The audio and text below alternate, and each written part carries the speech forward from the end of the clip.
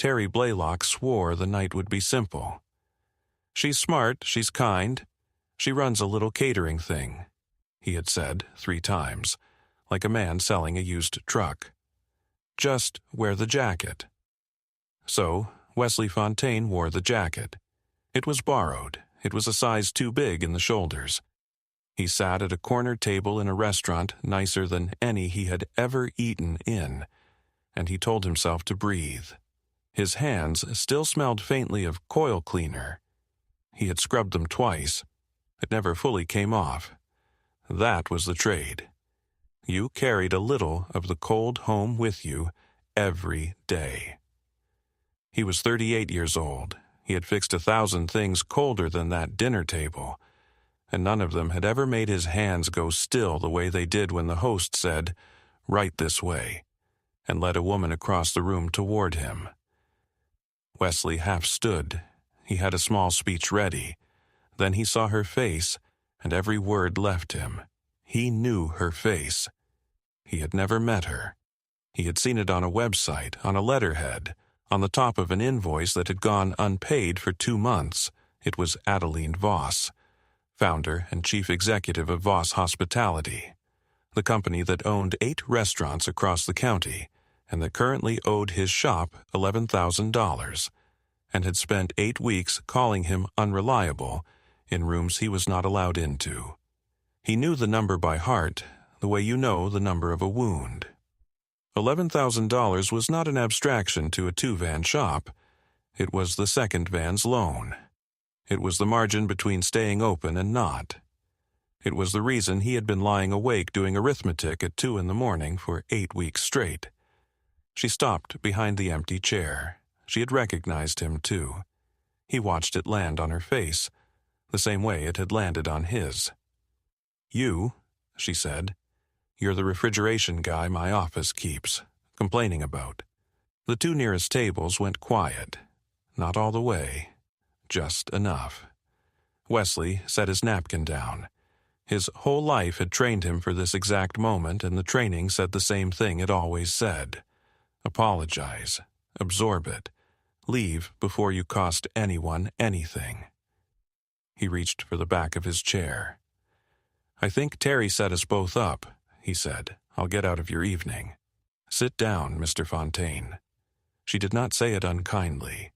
She said it like a woman used to being obeyed, and then, half a second later, like a woman surprised at herself. "Please, I would like to understand why I have been signing off on not paying you." He sat. "Before you keep going, guess who picks up the check at the end of this dinner?" Some answers you will not see coming. 6 weeks earlier, Wesley Fontaine had never heard her voice. To understand the man in the borrowed jacket, you have to see his mornings. They started at 4:30, sometimes earlier. A phone buzzing on the nightstand, a chef's voice thin with panic on the other end. A walk-in cooler at 51 degrees when it should be at 38. $40,000 of food deciding whether to spoil. Wesley would be dressed and driving before the panic finished its sentence. He was good. That was the plain truth of him, and it was the thing people forgot to notice because being good at refrigeration is invisible until the day it isn't. When Wesley did his job right, nothing happened. The cold stayed cold, the lights stayed on. Nobody thought about the man who made it so. That morning, 6 weeks before the dinner, he knelt in the back of a diner off the highway and found a brazed line-weeping refrigerant where a cheaper tech had rushed it a year ago. He cut it out. He brazed it clean. He watched the pressures come back like a pulse returning to a wrist. Then he did the thing he always did. He took out his phone, photographed the gauge and the repair, and logged it with the time and the date. He wrote everything down. Not because he expected to be doubted, because cold does not forgive guessing, and a record is the only honest witness in a trade full of shortcuts. "You saved me, man," the diner owner said, pressing a coffee into his hands. "How much do I owe you?" Wesley told him a number that was too low. He always did. The owner had 3 kids and a slim margin, and Wesley knew the shape of that math better than anyone. By 6, he was home. His daughter was awake because she was always awake before he wanted her to be. Poppy was 8. She sat at the kitchen table in her school clothes with a marker in her fist, drawing. "Dad," she said, without looking up, "you smell like the freezer aisle." "That's the smell of the lights staying on, kiddo." She held up her paper. She had drawn a new logo for the shop, a snowflake with a smiling face, and underneath, in her careful block letters, Fontaine, cooling. "We keep it cold so you don't have to worry." "That last part won't fit on the van," Wesley said. "Then get a bigger van." He laughed. He taped the drawing to the refrigerator, next to a dozen others, next to a photograph of a woman with Poppy's exact eyes. He braided Poppy's hair. He had learned it from a video at 1 in the morning, 3 years ago, and he had gotten good at that too. Nobody noticed that either. That was fine. After she was on the bus, he sat with the books. The Voss account was a hole in the middle of them, $11,000 wide. There was a letter from the bank about the second van, the one he had bought so he could take on the Voss work in the first place. He did the math twice. Then he closed the laptop and went to work, because worrying was a thing you did with your hands, not your face, when there was a child who might see. There was a second call that morning, a seafood place downtown, an ice machine that had quit in the heat. Wesley had it running by noon. The owner tried to haggle the bill down, and he let her, because she was new and the summer was long. "You're too soft for this business," she told him, not unkindly. "Maybe," he said, "but the ice is cold and the bill is fair, and you'll call me first the next time something breaks." She did call him first, every time after that. That was the whole strategy, if he had ever bothered to name it. Be the one who shows up. Be the one who is fair. Let the rest sort itself out. It had built him a shop and a reputation, and, so far, exactly no protection from a man in an office who had decided he was expendable. It was not the first time Wesley Fontaine had been treated as furniture. His whole life had a pattern to it, if you stood far enough back. He was the dependable one, the one who showed up. And the world has a way of spending its dependable people until there is nothing left, because the dependable rarely make a scene. He had married Kara when he was 28. She was the loud one, the brave one, the one who did the talking. She used to tell him he undercharged for his own heart. In the fall of the year, Poppy turned 4, Kara got sick, and it was the fast kind, the kind that does not give you a year to get used to it. Wesley learned things in those months he had never wanted to know. How to fill out forms with a steady hand while his chest was caving in. How to keep his voice level so a 4-year-old would not hear the floor drop out. Grief had sanded him down to the 2 or 3 things that were still true. Poppy was the first 2. The work was the third. He had held them all together with the same patience he used on a failing compressor, one careful adjustment at a time, and he had not let himself break, because there was no one to cover the shift if he did. People mistook that steadiness for a lack of feeling. It was the opposite. It took everything he had. On the hard nights, after Poppy was asleep, he would sit in the dark garage with a cup of coffee going cold and let himself miss Kara for exactly as long as it took to finish the cup. Then he would rinse the cup and go to bed and be a whole person again by breakfast. He had the timing down to a science. Nobody had ever seen it. He preferred it that way, so when the Voss office started, as his old friend Sal put it, saying things, Wesley did what he always did. He kept his voice level. He kept working. Sal Petrakis was the executive chef for the whole Voss group, a heavy, gray, 60-year-old man who had run kitchens since before Wesley could drive. They had a history.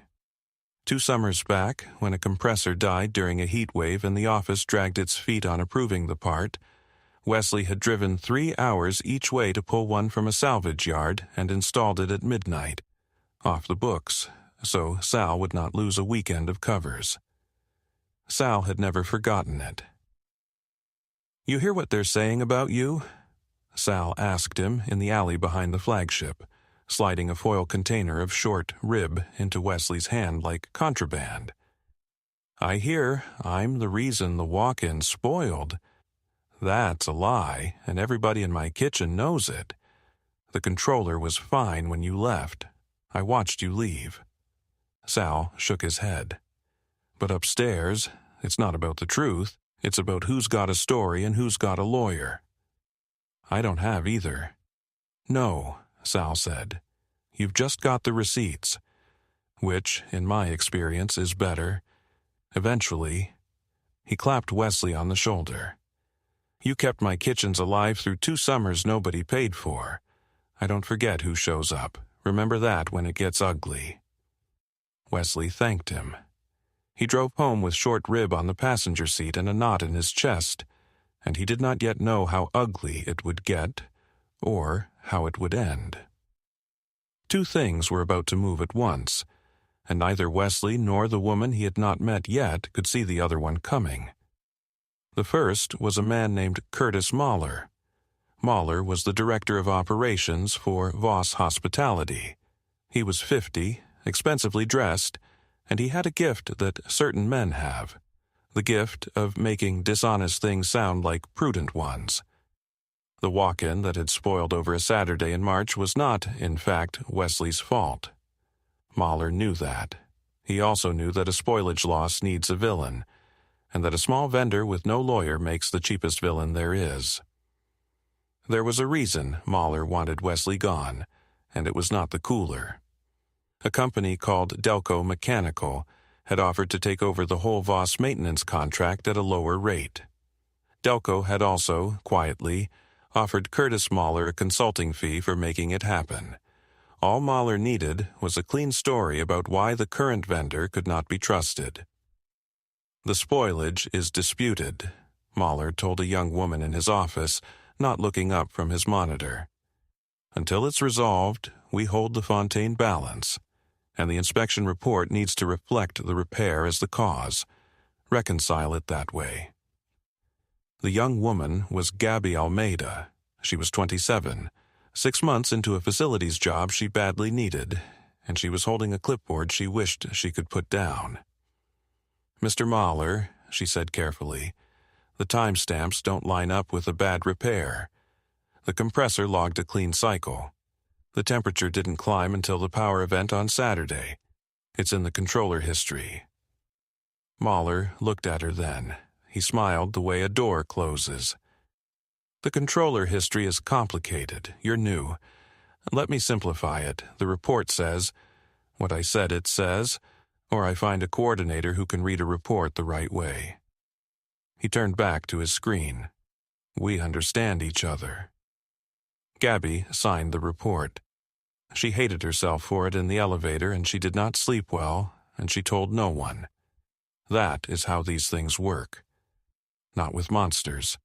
With frightened people who have a mortgage. Gabby had a mother on dialysis, and a lease she could barely cover, and Mahler knew all of it. The way men like him always know exactly which thread to pull. He had not raised his voice once. He had not needed to. Fear does the work that shouting cannot, and it leaves no fingerprints. The second thing that moved was Terry Blaylock, and Terry moved the way he always did, like a golden retriever with a plan. "One dinner," Terry said, leaning on the shop's workbench while Wesley rebuilt a valve. "That's all I'm asking. You've been a widower and a monk for 4 years. Poppy is going to grow up thinking her father's a refrigerator." "I'm busy, Terry." "You're hiding. There's a difference." Terry slid a slip of paper across the bench. "She's a friend of a cousin of a friend. Runs a little catering thing. Smart, funny, single, Thursday. Wear the jacket that actually fits." "I don't have a jacket that fits." Wesley said. "Then borrow mine. It's a good jacket. It has seen 3 weddings and a graduation, and it has never once let me down." Terry grinned. "Little big in the shoulders. You'll grow into it emotionally." Wesley almost laughed. That was the thing about Terry. He was ridiculous. And he was also the only person in 4 years who had kept knocking, who had refused to let Wesley vanish entirely into the work, and the grief, and the school pickups. A man needs one friend like that. Wesley had exactly one, and it was a loud man with a borrowed jacket and a plan. Wesley almost said no. He had the word ready. Then, that night, Poppy looked up from her homework and said, "You should go, Dad. You're allowed to be a person." She said it like it was obvious, like she had been waiting for him to figure it out. If a friend swore the night was harmless, would you have gone?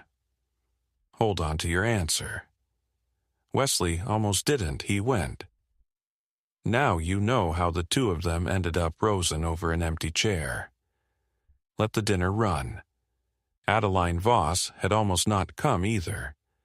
She told Wesley that once they were both sitting, because there did not seem to be any point in pretending anymore.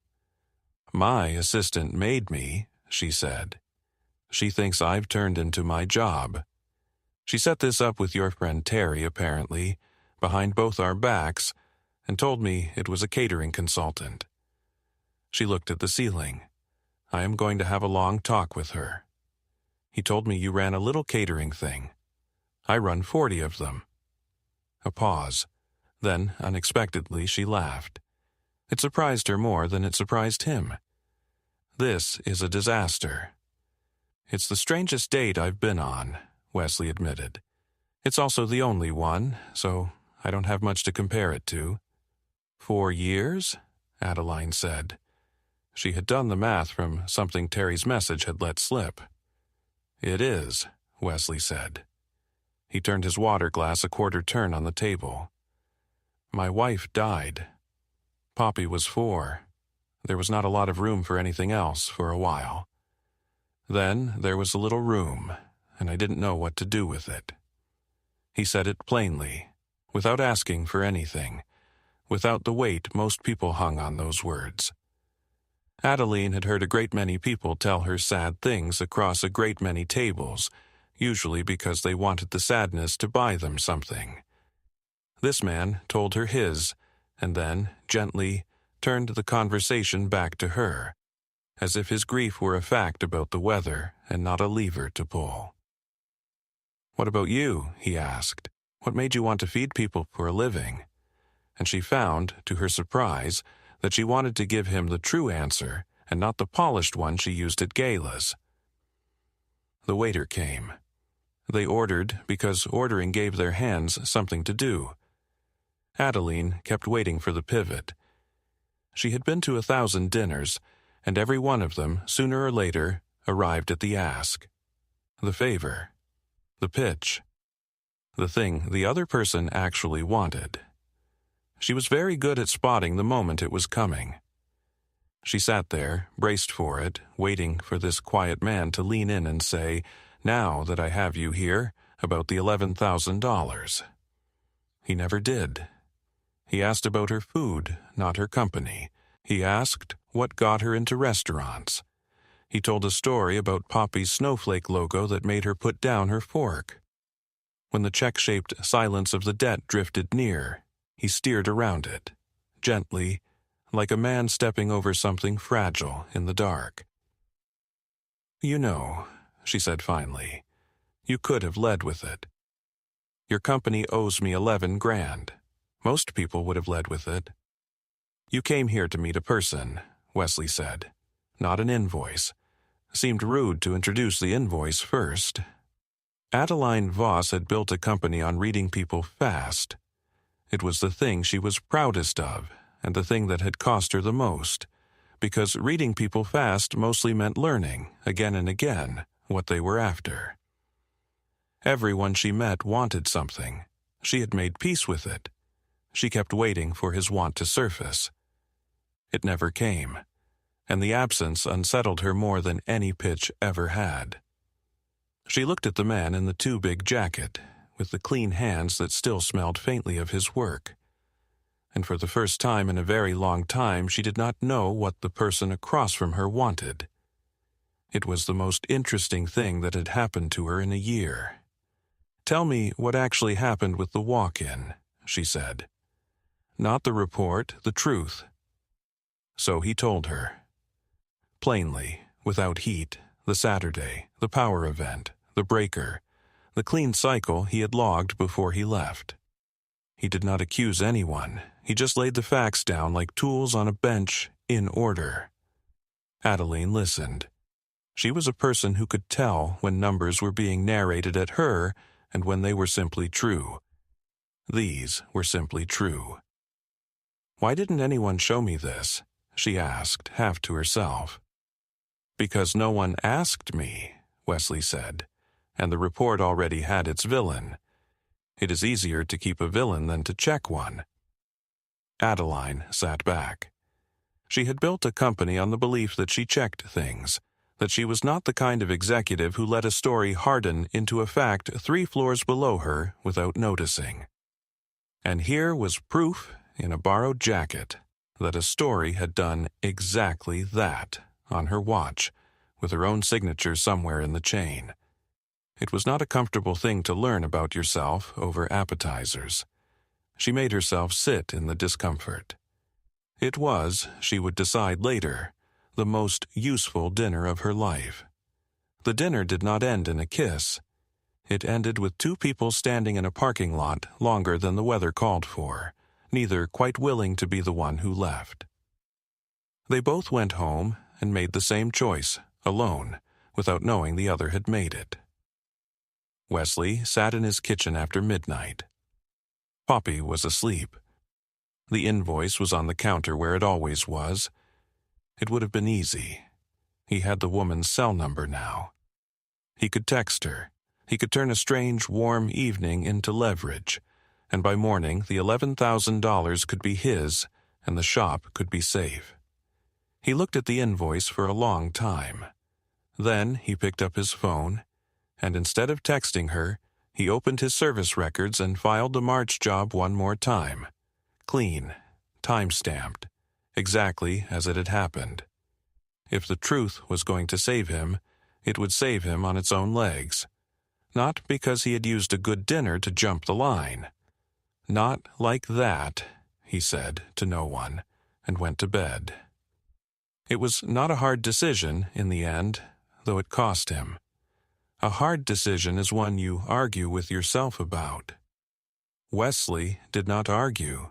He had spent his whole life being the man who did the right thing when it was expensive, and he was not going to stop being that man on the one night it might finally have paid to be someone else. Kara would have called him a fool for it, and then she would have kissed him, because to her those had always been the same thing. Across the county, Adeline Voss was also awake. She was doing something a chief executive is not supposed to have to do. She was reading a controller export at her own kitchen island, line by line, comparing it to a photograph a refrigeration tech had shown her on his phone in a parking lot. The compressor had logged a clean cycle at 11:58 on Friday night. The temperature in the walk-in had held perfectly all through Saturday morning. Then, at 2:10 on Saturday afternoon, the power had dropped. Everything after that was physics. Nothing before it was Wesley Fontaine's fault. She sat with that. Then she called Sal Petrakis, because Sal had been with the company longer than anyone, and because Sal did not know how to lie. "Tell me about Fontaine," she said. "Honestly. Honestly." Sal's voice was gravel and sleep. "He drove 6 hours and worked till 2 in the morning to save my covers on a part your office wouldn't approve. Never billed the labor. You want to know if he's good? Ask why every chef in this company has his cell number, and not one of them has Delco's." Adeline went very still. Who decided Delco? There was a pause on the line. "That," said Sal, "is the question I'd have started with." Would you trust the numbers or the man? Adeline Voss no longer had to choose. That week, the numbers and the man said the same thing, and she went looking for who had said otherwise. It did not take long. When a chief executive decides to actually read her own operation, the truth has nowhere to hide. She pulled the maintenance file herself. She found the March inspection report, the one that named Wesley's repair as the cause of the spoilage. She set it beside the controller export. They disagreed by 4 hours and 1 lie. Then she looked at the signature at the bottom of the report. Gabby Almeida. Adeline did not call Gabby into an office and loom over her. She had loomed over people. It got you the story people thought you wanted, not the story that was true. Instead, she found Gabby in the break room, sat down across from her with 2 cups of coffee, and slid one over. I read the controller history, Adeline said quietly. I know the report is wrong. I'm not here to trap you. I'm here to ask you one question, and I want you to think about your answer before you give it. Did you write that report the way you wanted to or the way you were told to? Gabby looked at the coffee. Her hands were shaking. For 6 weeks, she had carried the thing alone, the way frightened people do, certain that speaking would cost her everything. He told me my job depended on it reading his way, she said. Her voice cracked and then steadied. The timestamps never lined up. I said so. He told me to reconcile it or he'd find someone who could. I signed it. She made herself meet Adeline's eyes. I have the email where he said it. I should have brought it to you weeks ago. I was scared. I know, Adeline said. You were scared, and you signed it. And now you're telling me the truth with your hands shaking, which is the only kind of brave that counts. She took out her phone. Send me the email, then go back to work. You still have a job. You'll always have a job in a building I run, if you keep being the person who tells me the truth when it's hard. Gabby cried a little, the quiet kind. Then she sent the email. It was the first full night of sleep she had gotten in 6 weeks. She would remember long after that the woman she had been so afraid of had turned out to be the one who made it safe to stop being afraid. That was a lesson Gabby Almeida carried into every job she held after, and she went on to hold some big ones. The email led to the invoice. The invoice led to Delco Mechanical, and to a consulting fee routed to Curtis Mahler through a shell arrangement that a first-year accountant could have spotted, if a first-year accountant had ever been allowed to look. Mahler had not been afraid of getting caught. Men like Mahler rarely are. They believe the small people below them are too frightened to speak, and the large people above them are too busy to check. He had simply never planned for a chief executive who would read a controller log at her own kitchen island at midnight, because a quiet man in a borrowed jacket had made her curious about the truth. The reckoning, when it came, made almost no noise. That is how the real ones usually arrive. There was a leadership meeting on a Tuesday. Mahler came in expecting a routine agenda. Adeline had the controller export, Wesley's time-stamped photo log, the March report, the Delco invoice, and Gabby's email, all in a single folder, all in order, the way Wesley Fontaine ordered tools on a bench. She did not raise her voice.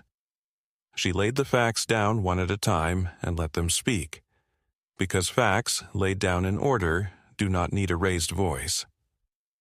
The spoilage in March was a power event, she said.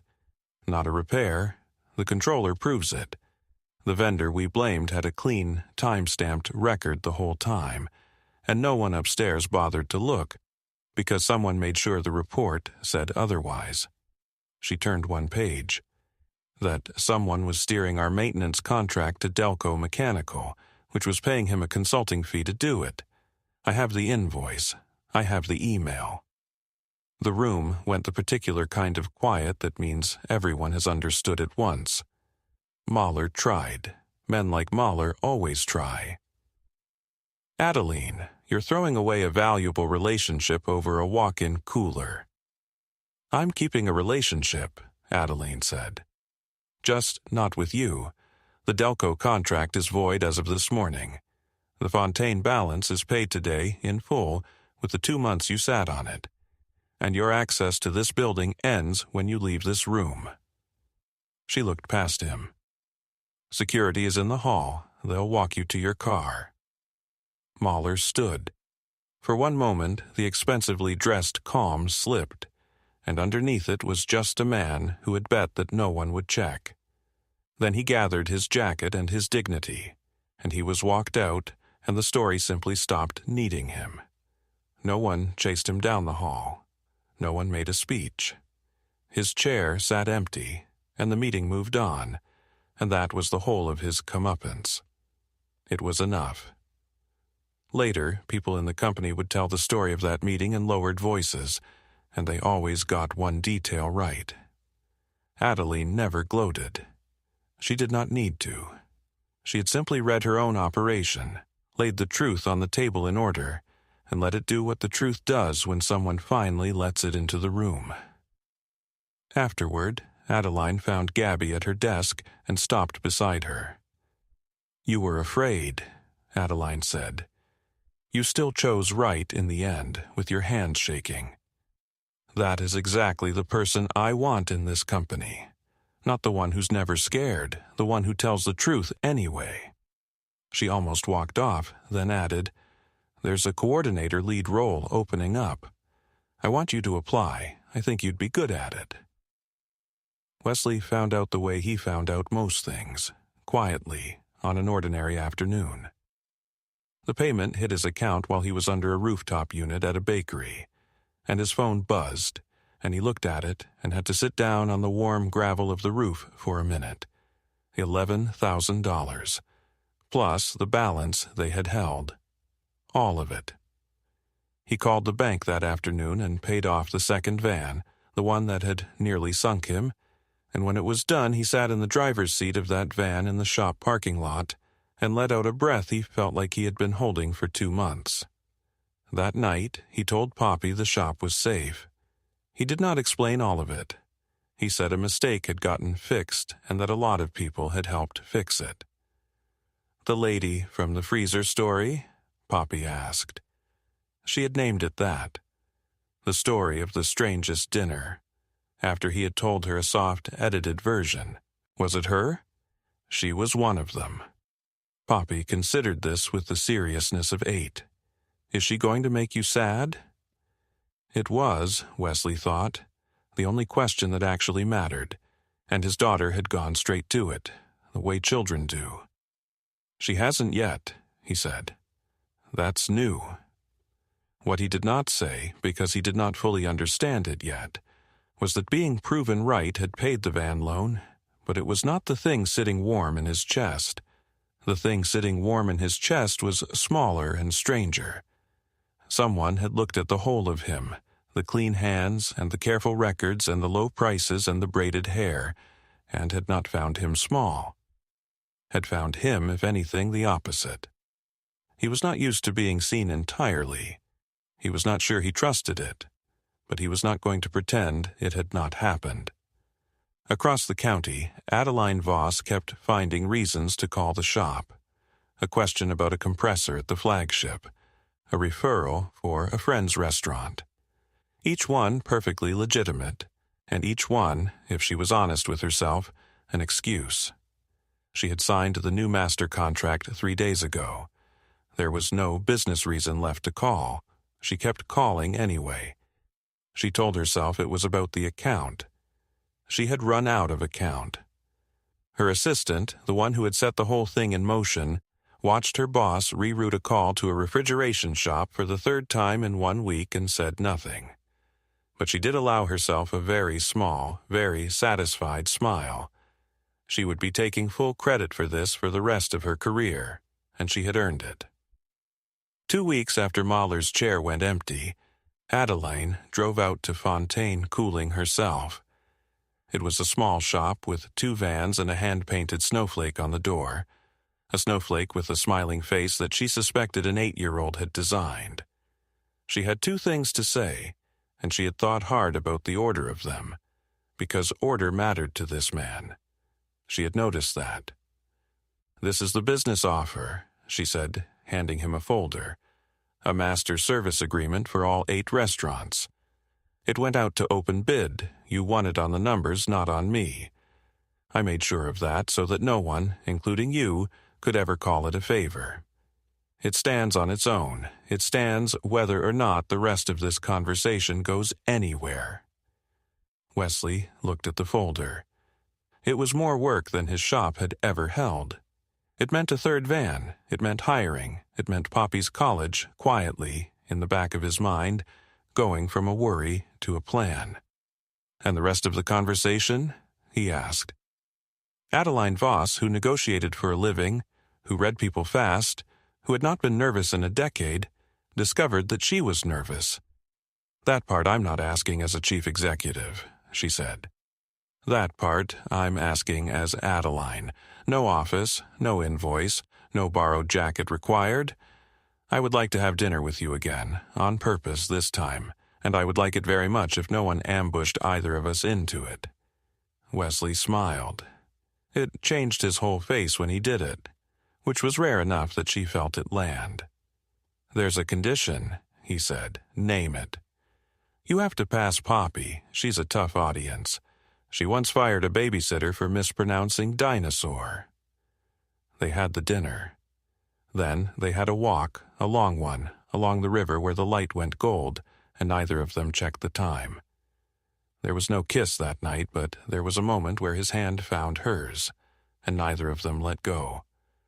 And for 2 people who had both spent years being spent by others, being simply chosen felt like a country they had forgotten existed. Poppy met her over pancakes on a Sunday. She interrogated Adeline about her favorite dinosaur, her opinion on the correct amount of syrup, and whether she thought the snowflake logo needed a bigger van. Adeline answered all 3 correctly, mostly by luck and partly by laughing at Wesley's terrible jokes at exactly the right times. "She's okay," Poppy reported to her father later, which from Poppy was a coronation. "She laughs at your bad jokes. That means she's either nice or she also has bad jokes." "Could be both," Wesley said. "Could be both," Poppy agreed and went back to drawing.